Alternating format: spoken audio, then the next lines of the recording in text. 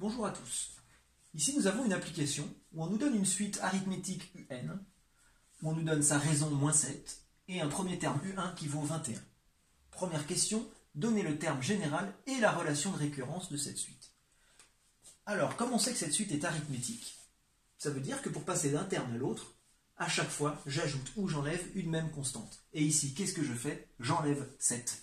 Donc je peux trouver la relation de récurrence de ma suite, puisqu'une relation de récurrence, c'est comment on trouve le suivant avec le terme d'avant. Donc UN plus 1, qu'est-ce que j'ai fait à UN pour trouver UN plus 1? Eh bien, j'ai pris mon UN et je lui ai enlevé 7. Donc UN plus 1 est égal à UN moins 7. Et le premier terme de ma suite U1 qui est donné dans l'exercice vaut 21. Voilà pour la relation de récurrence d'une suite. J'ai un premier terme et on me dit comment passer de l'un à l'autre.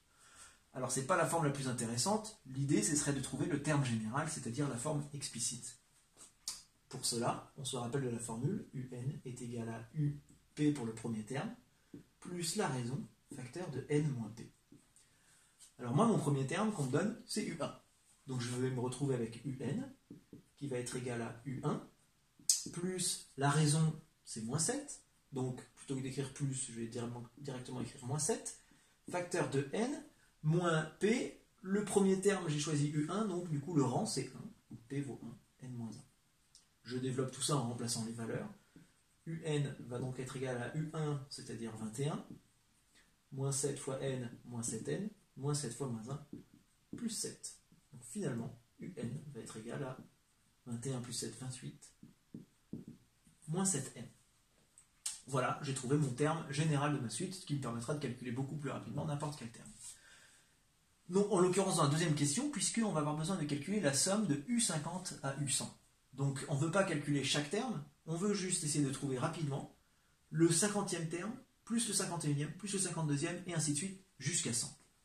Alors pour ça, nous avons vu une formule dans le cours, qu'on va essayer de retenir plutôt qu'avec les chiffres, juste avec cette phrase, on va calculer le nombre de termes en tout qu'il y a dans la suite, fois la somme des termes extrêmes, divisé par 2. Alors avec cette formule, on va à nous de réfléchir un tout petit peu sur le nombre de termes. Combien y a-t-il de termes si je vais de U50 à U100? Alors ici, il y a un petit piège où souvent on se fait avoir. Beaucoup d'entre vous diraient, bah, il y en a 50 si je vais de U50 à U100. Mais finalement, c'est comme si vous allez de 0 à 3, par exemple. Si je vais de 0 à 3, j'ai combien de chiffres? Combien de nombres là? 0, 1, 2, 3, ça m'en fait 4. Et bien là, je ne vais pas de 51 à 100, je vais de 50 à 100. C'est comme si j'allais finalement imaginer de 0 à 10, il y a 11 termes, de 50 à 100, du coup j'en aurais 51. Donc ça, c'est vraiment un petit écueil que beaucoup font, donc soyez attentifs. Donc ma suite Sn, alors je vais l'appeler Sn, elle va être égale au nombre de termes, c'est-à-dire j'ai 51 termes, fois la somme des termes extrêmes, c'est-à-dire l'addition du premier terme de ma somme et du dernier. Donc fois U50 plus U100, et bien, tout ça divisé par 2.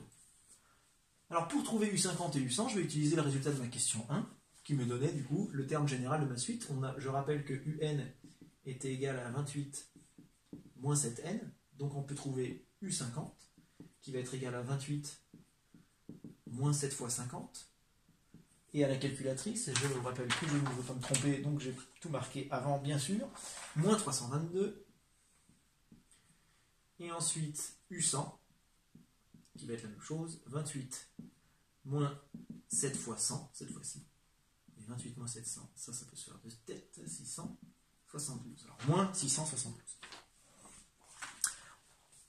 Je connais U50, je connais U100, je peux maintenant calculer ma somme finale, donc Sn va être égal à 51 fois du coup U50 qui vaut moins 322, plus moins 672, donc directement moins 672, tout ça, divisé par 2.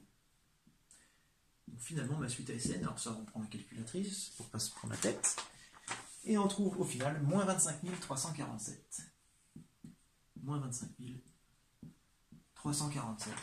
C'est-à-dire que si vous calculiez U50 qui vaut moins 322, plus U51 qui vaut du coup a priori moins 329, plus ainsi de suite, à la fin on retrouve un nombre immense. C'est pas choquant d'avoir un nombre aussi grand, puisque mine de rien, on a quand même additionné 50 termes les uns avec les autres. Voilà, j'espère que c'était clair, puis je vous retrouve pour la question 3 dans une autre vidéo.